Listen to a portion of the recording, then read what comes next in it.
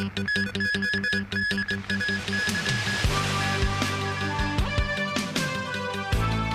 number 8 storm signal to be issued later tonight. The 7 elections for election committee subsectors held earlier today.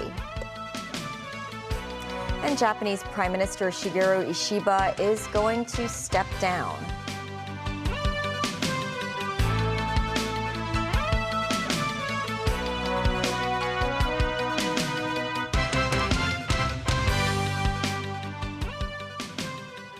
Hello and welcome to TVB News. I'm Melissa Hekalea. The strong wind signal number 3 is now in force, but it will be replaced by the gale or storm signal number 8 at 9:20 tonight. This as Tropical Storm Tapa edges closer to the coast of western Guangdong. The observatory expects the number 8 signal to remain in effect at least until 11 a.m. tomorrow. And the Education Bureau has announced classes of all-day schools will be suspended tomorrow. Samantha Lee reports. Calm before the storm. This morning, a group of foreign domestic helpers gathered along the central harbourfront to perform a mass dance on their day off. Even the weather is bad, we enjoy every moment, every hour, every day we enjoy, because later on when we are going back to our homework, to our employer, so we have to do our assignment again, our household chores. So let's just enjoy, even the weather is bad. At around 11, dense clouds in the sky and there were showers. But the poor weather did not stop this resident from going ahead with his jogging exercise. Yeah, it's just water. It's all as God made it. The chance of getting hit by lightning is very low, so I don't really worry about that. And if I do get hit by lightning, I won the lottery. There you go. I got a nice story out of it. Rough seas forced the suspension of a number of ferry services. Today we had plans to go to Lama Island, but because of this weather we can't go anymore. At the same time, we can take our umbrellas and we can still walk. My total plan is, to go around the city, maybe check out some shopping malls, indoors, go for a massage, do some shopping. As Tropical Storm Tapa edges closer to the city this afternoon, sea waves could be seen smashing against the shoreline in Hang Fa Chun. Glass doors of a shopping mall nearby were masked with tape in the shape of an X. Meanwhile, residents also taped their windows to reduce any possible damage. According to the observatory, local winds will further strengthen tonight. According to the present forecast, Tapa will intensify further and edge closer to the coast of western Guangdong. It will skirt within 200 kilometers southwest of Hong Kong tomorrow morning. Its associated gale winds will affect the vicinity of the Pearl River estuary gradually. Local winds will strengthen progressively. The weather forecaster expects heavy squally showers and flooding over parts of the low-lying coastal areas Monday morning. Members of the public are advised not to engage in water sports and stay away from the shoreline. Samantha Lee, TVB News. With Tapa moving closer to Hong Kong, our reporter Sakura Ip is at Lei Yue Mun. So what's it like out there, Sakura? Hi Melissa, I'm now at the waterfront of Lei Yue Mun. The showers here have been going on and off for an hour, sometimes quite heavy. According to the past experience, Lei Yue Mun is one of the black spots of flooding. So here we can see tons of sandbags are ready for use to prepare for the rising tides tonight. Despite the calming signal number 8, some citizens are sticking to their dining plans here. As we can see, seafood restaurants are still open. The manager said the restaurant will close 2 hours earlier than usual for typhoon and flooding preparations, including blocking the glass doors with wooden panels. We'll be standing by for more updates. Back to you, Melissa. Thanks, and don't get blown away. In Macau, the tropical cyclone signal number 3 is still in effect. The weather authorities there will upgrade the signal to number 8 at 9 p.m. Meanwhile, on the mainland, Beijing's meteorological center issued a typhoon alert and forecast that Tapa will make landfall around Zhuhai and Zhanjiang between the early hours of tomorrow and the afternoon. All schools were suspended in Zhuhai at 2 p.m. today. Guangxi is expected to see squally showers in the next 3 days. 30 ferry services routes were suspended in Guangdong. By-elections for the election committee subsectors were held today. The voter turnout reached 97.3%, and no election-related complaints have been received so far. Celine Chan has more. The 5 ordinary polling stations, including this one at the Central Library, opened at 9 a.m. Voters arrived steadily to cast their ballots despite the intermittent heavy downpours near the polling stations. Mr. Chang said it was quite troublesome coming over in the rain because he got soaked, but he left home a bit early, calling voting a duty that he wanted to fulfill as soon as possible. Another voter, Mr. Yu, shared that his criteria for voting are that the candidate must serve the people of Hong Kong and uphold order, adding that everyone should understand that the nation is very important. Secretary for Constitutional and Mainland Affairs Eric Tsang and Secretary for Home and Youth Affairs Alice Mack both visited the polling station to inspect the proceedings. In this by-election for the election committee subsectors, there were a total of 93 vacancies to be filled. 72 seats across 22 subsectors were uncontested, leaving only 21 positions requiring a vote, involving 6 subsectors and a total of 28 candidates. Approximately 3,600 registered voters or their authorized representatives went to their assigned polling stations to vote. Among them, the voter turnout in the commercial third sector and the technology and innovation sector reached 100% at 1 p.m., with a total of 155 voters having cast their votes. The chairman of the Electoral Affairs Commission, Mr. Justice David Locke, stated that order was generally good at all polling stations. The voting period ended at 6 p.m., after which all ballot boxes were transported to the central counting station at the Convention and Exhibition Center in Wan Chai.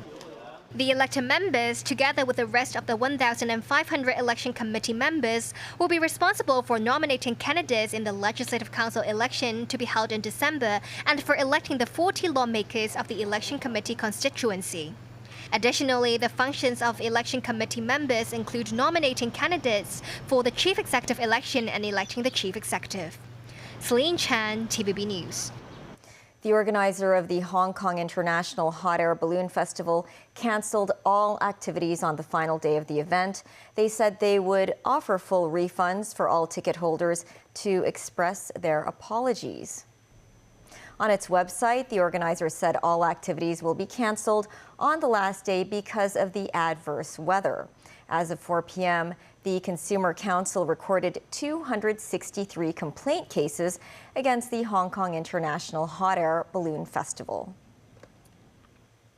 Japanese Prime Minister Shigeru Ishiba announced today that he will step down as the head of the Liberal Democratic Party, or LDP, amid growing calls for him to take responsibility for the party's election setback. The 68-year-old former defense minister came to power in October last year and has presided over parliamentary elections in which the LDP-led coalition lost its majority in both chambers. Concern over political uncertainty led to a sell-off in the Japanese yen and government bonds last week, with the yield on the 30-year bond hitting a record high on Wednesday. Nazvi Karim with more. Lawmakers of Japan's embattled ruling party were planning to hold a vote on Monday on whether to hold an extraordinary leadership election that could have ousted Prime Minister Shigeru Ishiba. While the vote will likely go ahead, Ishiba saved them the trouble of ousting him. This afternoon, he ended speculation by resigning, deciding to walk away and avoid a split within the Liberal Democratic Party. At a press conference today, he instructed the LDP to hold the emergency leadership race and said he would continue his duties until a successor was elected. His announcement comes after Japan signed a trade agreement with the United States, Ishiba calling it a key hurdle overcome, adding it was time to pass on the baton. Potential successors include veteran politician Sanae Takaichi, narrowly defeated by Ishiba in last year's LDP runoff, and Farm Minister Shinjiro Koizumi. Ishiba became Prime Minister in October last year, pledging to tackle inflation, reform the party and make the country smile again. But it has been all frown since then, with the LDP-led coalition losing its majority in elections for both houses of parliament amid voter anger over rising costs. While a fresh leadership race could add pain for the economy, markets are focusing more on the chance of the new leader having looser fiscal policies, such as Takaichi, who has criticized interest rate hikes. The LDP has been the dominant political force since its founding in 1955 and almost always produces a prime minister. But the LDP-led coalition's loss in July's election has significantly changed that dynamic, and there is no guarantee that the next LDP president will become the prime minister. Ishiba had previously refused calls from his party to step down and take responsibility for the upper house loss in July. Instead, he has focused on trying to iron out the final details of the deal with the United States on trade tariffs that have roiled Japan's critical automotive industry. Nazri Karim, TVB News. Thailand's king today endorsed Anutin Charnvirakul as the country's new prime minister. The King's royal command appointing Anutin was read out in a ceremony at the Bumjai Thai party headquarters. This after Anutin received majority support in a parliamentary vote on Friday after the dismissal of former leader Paetongtarn Shinawat. The royal endorsement paves the way for cabinet formation and a policy address to the parliament, a formality required for the new government to officially assume office. Anutin's rout of rival contender Chaikasem Nitisiri on Friday was a humiliation for the ruling Pheu Thai party, the populist juggernaut of influential billionaire Thaksin Shinawat. Thaksin left Thailand late on Thursday for Dubai, where he spent the bulk of his 15 years of self-imposed exile. Flight attendants at Air Canada and Air Canada Rouge have voted down the employer's wage offer. This as the airline resumed operations on August 19th after reaching a deal with the union to end the strike that disrupted travel plans of 500,000 passengers.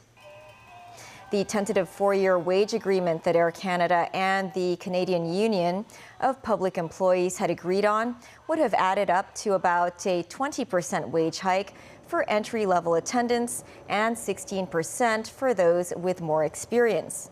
Reuters reported that cabin crew would also have received 60 minutes of pre-flight pay on narrow-body planes and 70 minutes on wide-body aircraft. But 99.1% of Air Canada's attendants voted Saturday to reject the offer. Some say the deal fell short of their demands over pay for hours from the time they clock in to the time they clock out, as well as raises that will cover their increased cost of living. A statement from Air Canada said both sides had agreed to refer the wage issue to mediation and to arbitration if mediation failed, adding no strike or lockout could be initiated. Still ahead, and the opening of the new horse racing season.